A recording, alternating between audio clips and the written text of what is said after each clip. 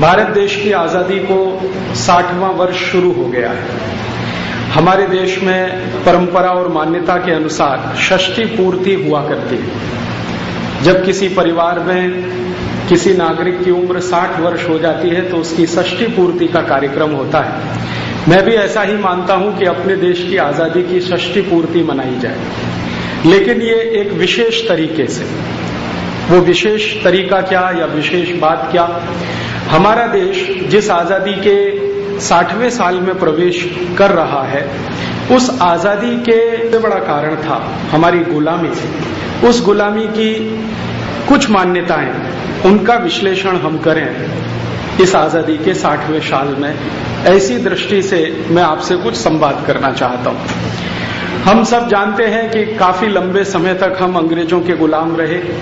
अंग्रेजों के पहले काफी दिनों तक हम फ्रांसीसियों के, पुर्तगालियों के गुलाम रहे, और उसके पूर्व कुछ समय तक भारत के कई इलाकों में मुगल साम्राज्य भी रहा। इस गुलामी के दौर ने हमें हमारी संस्कृति और सभ्यता से काफी कुछ दूर कर दिया। एक बहुत बड़े भारत के इतिहासकार हैं जिनका नाम है श्री धर्मपाल, संयोग से वो मेरे गुरु भी हैं। वो बार बार एक गहरी बात हम सभी को कहते हैं। वो ये कहते हैं कि जिस देश की आजादी चली जाती है उस देश का सब कुछ चला जाता है। जिस देश की स्वतंत्रता चली जाती है उस देश का सब कुछ चला जाता है। अगर हमारी आजादी चली गई तो हमारा बहुत कुछ चला गया। ये हमें दिखाई देता है, दस्तावेजों में पढ़ाई देता है।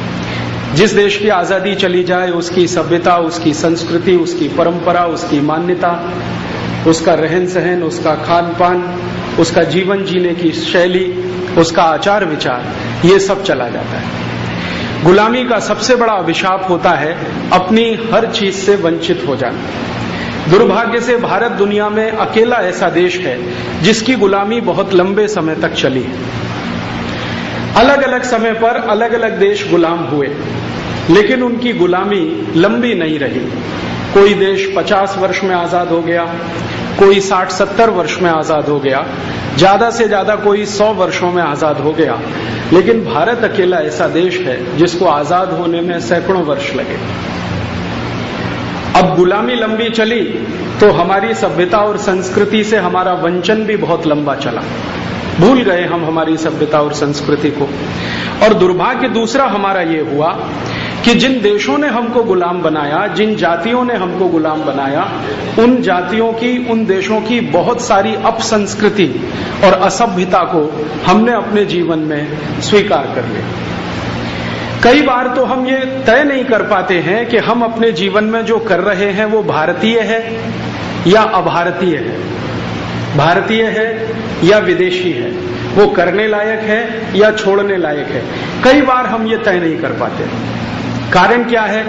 हमारे मन में और हमारे मस्तिष्क में स्पष्टता बहुत कम हो गई है अपने बारे में, दूसरों के बारे में। इससे भी ज्यादा दुर्भाग्य इस देश का ये रहा कि हमने बाहर की जो सभ्यता और संस्कृति है जिसने हमें लंबे समय तक गुलाम बनाया, विदेशी सभ्यता अगर हम उसको माने, तो उसकी बहुत सारी बातों को हमने मन और मस्तिष्क को बिना उपयोग में लाए हुए चुपचाप स्वीकार कर लिया। हमने कभी यूरोप की सभ्यता और संस्कृति से आने वाले जो तत्व थे, जो विचार थे, उनका कभी विश्लेषण नहीं किया। यूरोप से आए हुए जो शासक लोग थे, उन्होंने अपने बारे में जो कुछ कह दिया, हमने उसी को अंतिम सत्य मान लिया। जैसे सभी अंग्रेज हिंदुस्तान में आकर ये कहा करते थे कि भगवान ने हमको भारत पर साम्राज्य स्थापित करने के लिए ही पैदा किया है, तो हमने मान लिया कि शायद ऐसा ही होगा। कभी कभी वो कहा करते थे कि हमारी जो सभ्यता है, अंग्रेजी सभ्यता या अंग्रेजी संस्कृति, वो भारतीय सभ्यता और संस्कृति से बहुत ऊंची है, हमने वो भी मान लिया। कई बार वो हमको कहा करते थे कि जो उनकी तकनीकी है और उनका जो विज्ञान है वो भी भारत की तुलना में बहुत ऊंचा है, हमने उसे भी मान लिया। कई बार वो कहते थे कि हमारी जो मान्यताएं हैं, जो परंपराएं हैं, वो सभी वैज्ञानिक हैं, और भारत की जो मान्यताएं और परंपराएं हैं वो सब अंधविश्वास है, वो भी हमने मान लिया। और ये मानने के चक्कर में हम बहुत डूबते चले गए। मुझे एक पुरानी कहानी याद आती है जिसको इस समय मुझे कहने में बहुत अच्छा लगेगा। हमारे भारत देश में एक महान वैज्ञानिक हुए श्री जगदीश चंद्र बोस। आप जानते हैं कि सारी दुनिया ने उनकी विद्वता को माना और उनको दुनिया का सबसे प्रतिष्ठित पुरस्कार नोबेल पुरस्कार मिला। श्री जगदीश चंद्र बोस ने अपनी जो कुछ भी किया जीवन में उसके बारे में समय समय पर बहुत कुछ लिखा। उन्होंने लेख लिखे, व्याख्यान दिए। उनके बहुत सारे लेख मैं मेरे विद्यार्थी जीवन में पढ़ता रहा, क्योंकि मैं भी विज्ञान और तकनीकी का विद्यार्थी रहा। प्रोफेसर बोस का एक लेख जो बाद में उनकी आत्मकथा जैसा बन गया, बहुत चर्चित है पूरी दुनिया में। उसके शुरू के 2-3 वाक्य मैं आपको सुनाना चाहता हूं। आप जानते हैं कि दुनिया में सबसे पहले वैज्ञानिक वो थे जिन्होंने ये सिद्ध किया कि पौधों में जान होती है, पेड़ पौधे भी सांस लेते हैं, उनको भी सुख दुख का अनुभव होता है, उनको भी प्रेम दया और करुणा का अनुभव होता है।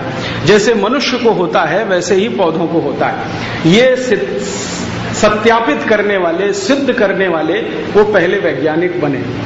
भारत में यूं तो हजारों साल से ये कहा जाता रहा है कि पौधों का जो जीवन है वो मनुष्यों के जैसा ही है।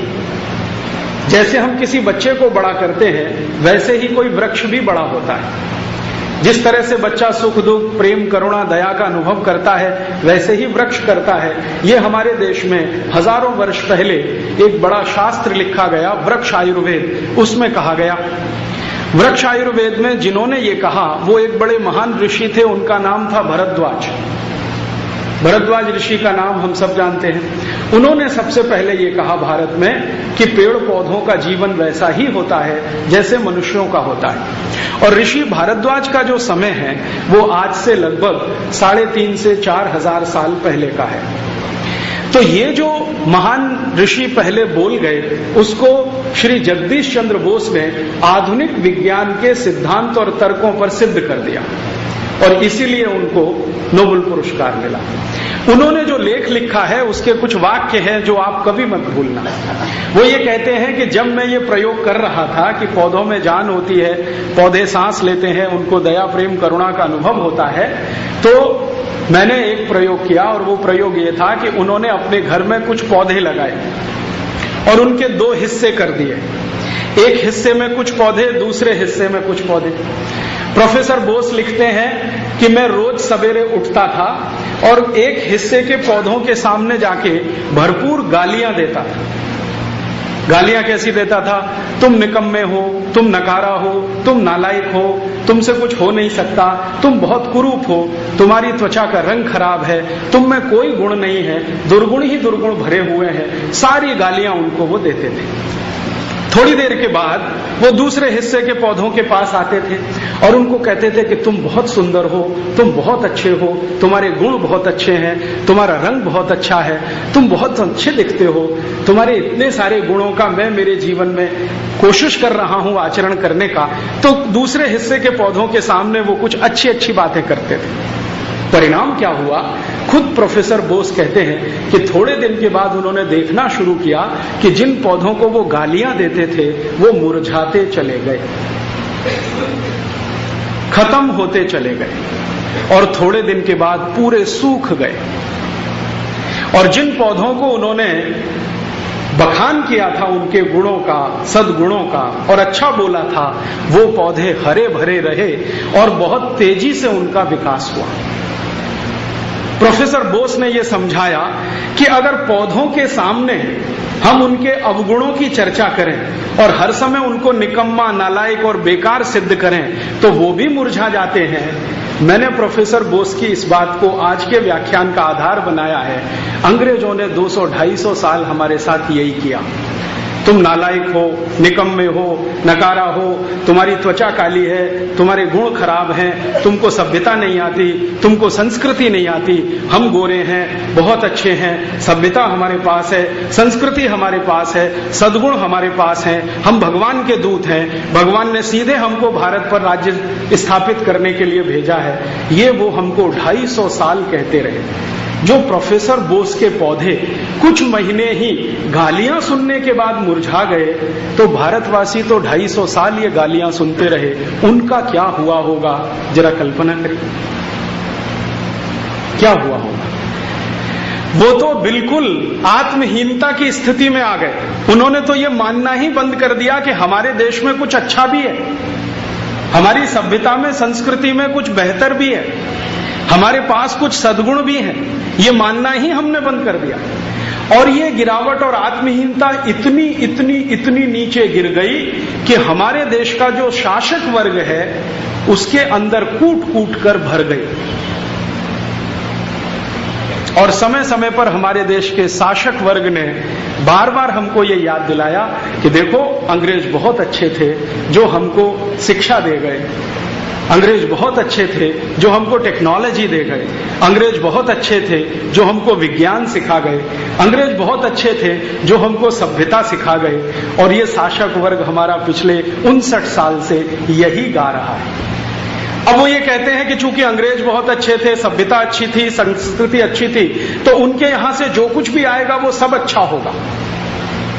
तो हमने क्या किया, आजादी के बाद अंग्रेजी न्याय पद्धति को अपना बना लिया, आजादी के बाद अंग्रेजी शिक्षा पद्धति को अपना बना लिया, आजादी के बाद अंग्रेजी विज्ञान और तकनीकी को अपना बना लिया, आजादी के बाद अंग्रेजी मान्यताओं को अपना बना लिया, आजादी के बाद अंग्रेजी भाषा को अपनी मातृभाषा जैसा बना लिया, आजादी के बाद अंग्रेजों का खान पान हमने अपना लिया, आजादी के बाद उनका पहनावा, उनकी भूषा हमने ओढ़ ली, आजादी के बाद ऐसी कोई चीज बची नहीं हमारे पास जिसको हम कहें कि ये अपना है।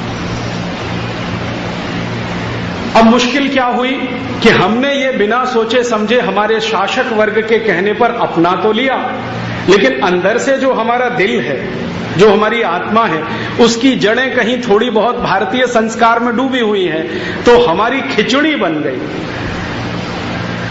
और उस खिचड़ी में रोज रोज जीवन में मैं देखता हूं, ना तो हम भारतीय रह पाए, ना पूरी तरह से अंग्रेज बन पाए। बहुत अच्छा होता कि हम सब पूरी तरह से अंग्रेज बन जाते, तो शायद इस देश का कुछ भला तो हो ही जाता, या बहुत अच्छा होता हम पूरी तरह से भारतीय हो जाते तो और भी भला होता।